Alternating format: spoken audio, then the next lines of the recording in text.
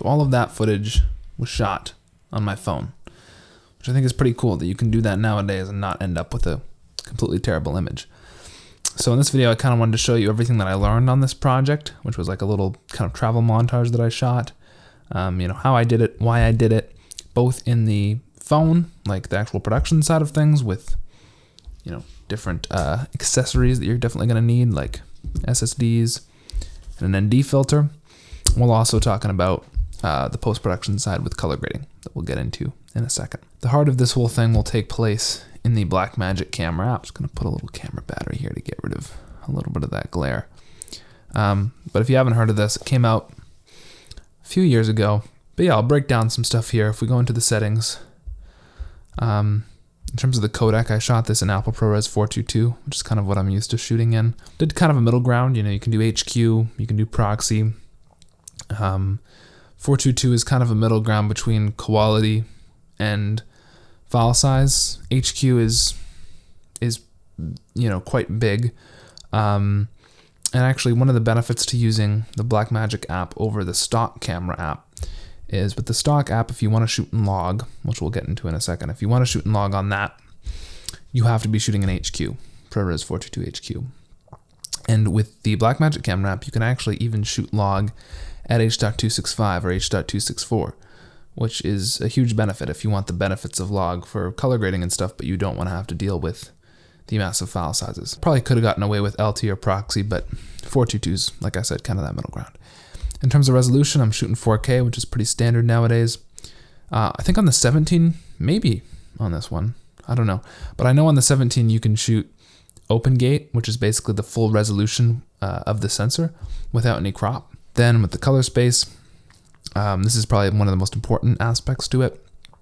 Rec. 709 is going to be your standard color space that you're used to. It looks very similar to what you see with your eyes in terms of the color. But you have to remember that it is a look being baked in. So if you want to do any color grading, you're basically color grading on top of that pre-existing look with, contrast and everything like that baked in. With Apple Log, you just have a lot more information. There's a lot more detail in the shadows, there's a lot more detail in the highlights, and you can just push and pull a lot in grading. So if you're doing any sort of color grading, highly recommend Apple Log, especially because it doesn't increase file size whatsoever. So, you might as well. So I shot about 0.5 terabyte. So it's quite big file sizes when you're shooting ProRes, and I only have about 128 gigs on this phone of internal storage. So it's kind of a must for me and for most people. So you just plug that in, and then how you record onto it, you go to Save Clips To, and then it's defaulted to be in-app only. You go to Files here, you click on that, and basically you locate your drive within the files, and you save that. LUT Manager, in here, you can basically enable a view LUT. So if you're recording in log, it's a pretty terrible looking image that you don't really want to be looking at because it's not what your eyes see. I prefer to be able to see Rec. 709 when I'm shooting because that's closer to what I'm actually looking at in terms of the colors. So I enable a view LUT. This LUT is not baked in to the final image. So if you turn this on, you have a variety of LUTs to choose from. You can also import a LUT if you made one in Lightroom or Resolve or something. But yeah, basically you turn that on, you go into the camera settings here, and then this LUT menu will appear, and you can turn it on. And you can choose between which one you want. I just like Rec. 709. It's standard. It looks good. And yeah, I think that's a must. But basically, it's just a view LUT when you're recording. So when you go into the media section here, it's still going to be in log. It's not baked into your image whatsoever. So the next thing that I want to talk about is an ND filter, which is very important. And, of course, you need to use these with normal cameras as well, but especially with smartphones, because one of the problems with them is there's no variable aperture. So your aperture is fixed, which is kind of annoying because if you're outside and lots of light's hitting that lens, you're going to need to bring down your shutter speed, right? If you want to let less light in. Problem with that is your motion blur is going to be all messed up. And if you want to keep it, that cinematic motion blur, as they say, you want to keep that at 180 degrees, which is just going to give you the natural motion blur. So in order to block the light, you're going to need to get an ND filter. And to be honest, I wouldn't really recommend this one. It was the one that I could get that was the cheapest, that would ship to me the fastest. I got it the day before I left when I realized I probably needed it. So it isn't the best one. It's not super secure. It's like a magnet system. So you pop it in and you screw it. It did fall off a couple times, almost shattered. Thankfully it didn't. You can see it's slightly beat up, but it's a variable ND filter. I think it just comes with this one. I don't know if you can choose which one you get. I will say this one was not strong enough in most situations. It's ND2 to ND32, and when you're in, really harsh sunlight, I had to bring down my shutter speed. Cloudy days, it was fine, but not quite strong enough. So I'll just mention that before you pick one up. Anyway, then in terms of the settings, you're going to be changing these no matter, what you're doing. General rule of thumb, you can also lock, so you can have it on auto if you want it to just be auto. I don't recommend that at all, but you can, there's an option. You can just lock the settings here. So I've locked my shutter speed. And then, I generally leave my ISO at the very bottom. I'm not sure what the native ISO is. One thing to note about ISO is it's fake. ISO is not real. So it's just basically the computer amplifying the sensitivity of the sensor. So if you have it at 3000, it's not actually letting in any more photons than it would be at 54. It's basically just saying, make this brighter. So it's going to be really noisy because there isn't enough information there, right? So you probably already knew that, but you don't want to bring this up too high. I'd say anywhere above 800, you're going to be getting some noise. FPS, 24. I think 24 looks the best, unless I'm shooting slow motion, in which you use an off-speed frame rate. Like 48 playing back at 24 is going to give you a slow motion effect. The lens, that's another problem with this ND filter. It covers a portion of the screen, so I constantly had to be rotating it. A few things to note here. This lens, and this lens are all real lenses. This one is not real. This is just a crop, so it's important to note that when you're shooting. I will use it occasionally if I want to just crop in a little bit, but just remember that it's not real. It's a fake lens. So 24, 13, and 120 are the ones that I use the most. But yeah, those are the main settings that I use. There's lots of control that you can do here. Another one that I kind of played with is the stabilization. Initially, I had this set to off because one of the things that I hate about phone videography is that it's so stable, right? It's ultra stabilized. And it just gives you that kind of phone feel. So I left this off, but since the phone is so small, you get these little micro jitters that really do not look very appealing. So I ended up turning this back on to standard for most of the shots in the film. And if I didn't, then I ended up just stabilizing it in post. So yeah, it's not the best handheld looking camera. To get good handheld, you kind of need like a rig, which at that point, you might as well just use a cinema camera. So yeah, that's basically everything that I did inside the phone. Now let's take this footage over to the computer and have a look at it. All right, so I've got all the shots here in Resolve to take a look at. And I've actually already graded all of this. This is the same project that I used for the film. So I'm just gonna find a shot here and I'm gonna kind of break it down. I think I'm gonna use this one because I quite like it. It's just a shot of this person going up here, taking a look at the beautiful Scottish Highlands, and that's all we had to work with. So the original shot looks like this, right? This is what it looks like coming out of the phone. So as you can see, not amazing, pretty flat, pretty dull.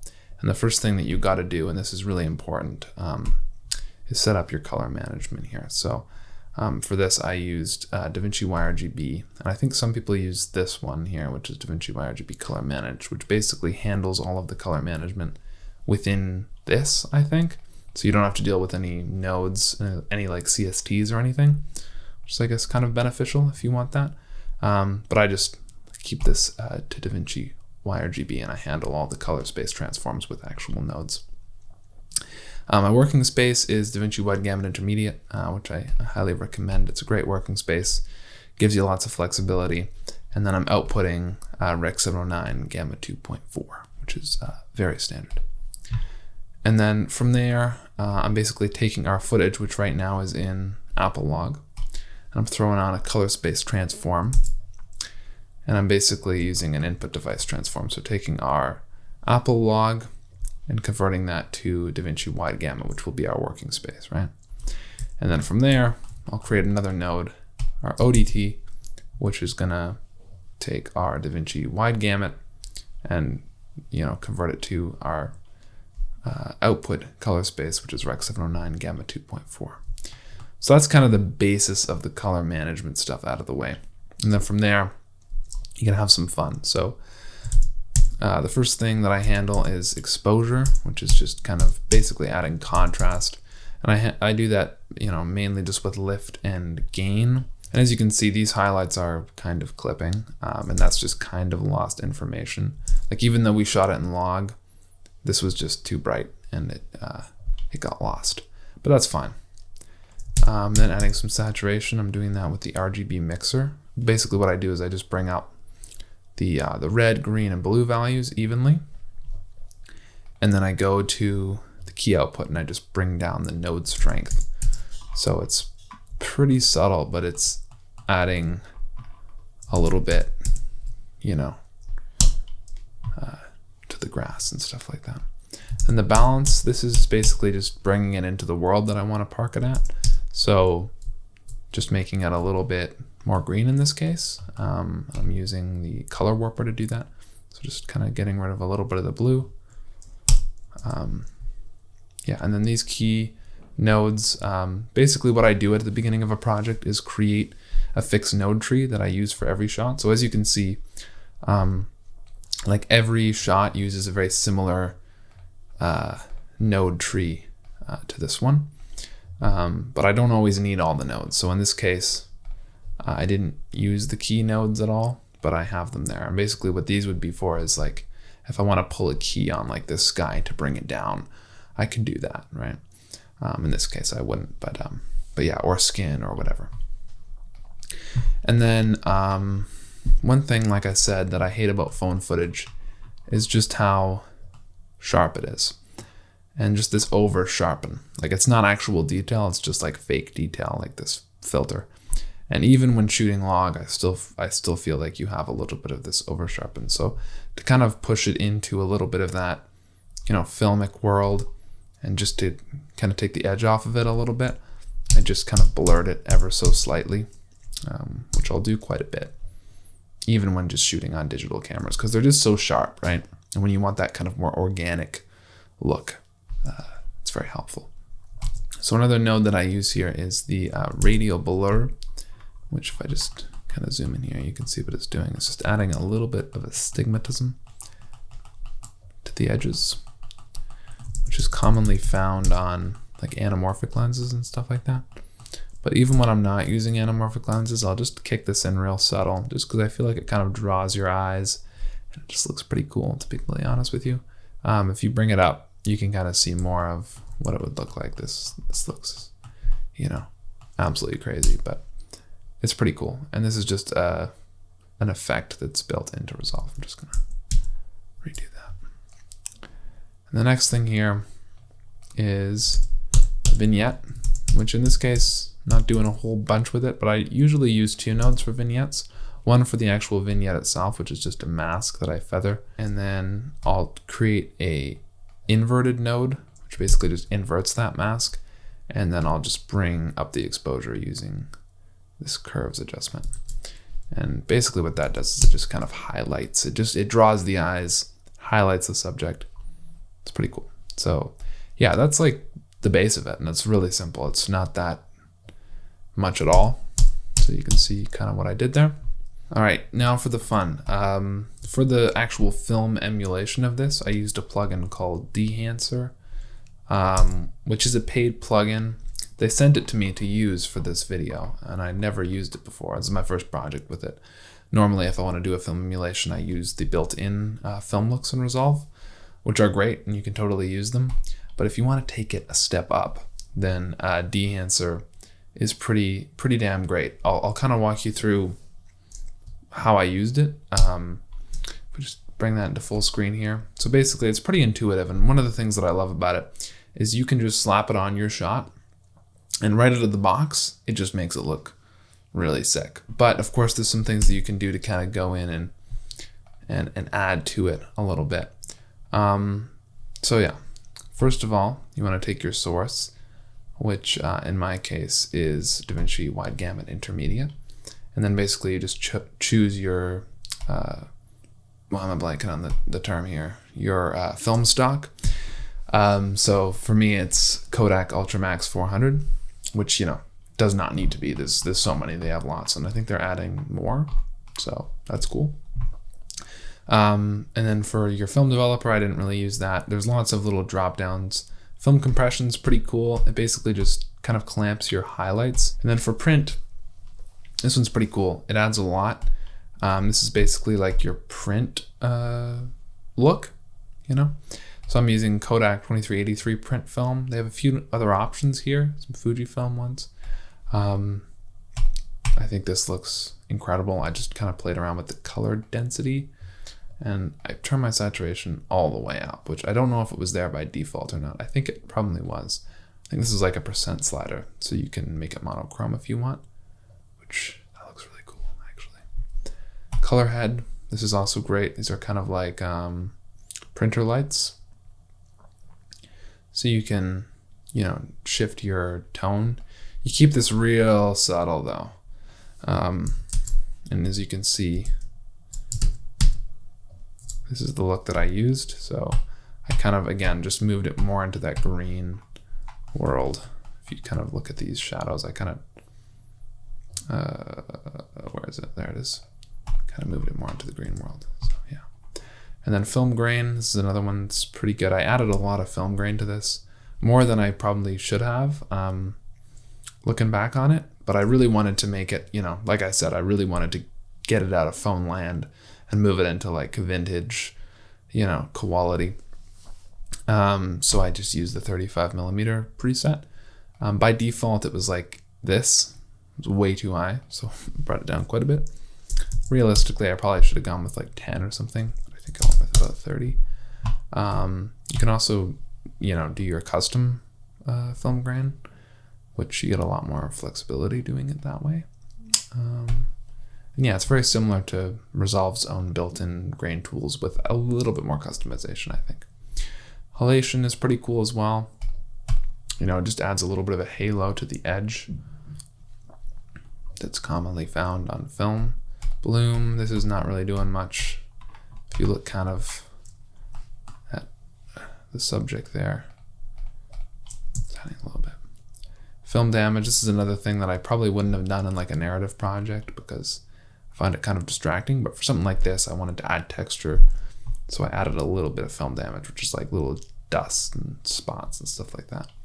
It's cool. Film breath, I actually don't know what that is, to be completely honest with you. Gate wave is pretty cool, because basically how it works is when film goes through the gate, kind of wiggles a little bit. So that's what gate weave is doing. It's kind of adding a little bit of a jitter, which before, if I wanted to do this, like when I didn't have this plugin, I had to take everything into After Effects and use like a wiggle expression to do it, which was just so tedious, and it took literally hours of transferring back and forth. So having it in Resolve right here is incredible. You can't tell with this shot because it's moving, but if this was like locked off, you'd be able to. It really adds a lot if you really want to go with that like film vibe. So yeah, recommend it. And then yeah, that's basically it. Another cool thing that I just found when I was using this is in the monitor tab, you have false color, which is really cool because this is the tool that I normally use for getting exposure when I'm shooting, and it's really cool to be able to see that in the color grading process. So you get that there. My image is definitely a little underexposed, but I'm okay with that. So there you go. That's kind of my process. Real quick, I wanted to mention the mobile app, which I've been playing around with a little bit, which is actually really cool. I wasn't expecting it to be that good, but it's actually literally the exact same as this, but in a mobile version. So if you want to, quickly edit your photos or something like that, and you get familiar with using this, it's really quite good. You know, you have your color head, you got everything here, and you can just do it on your phone, which is pretty cool. Got your print.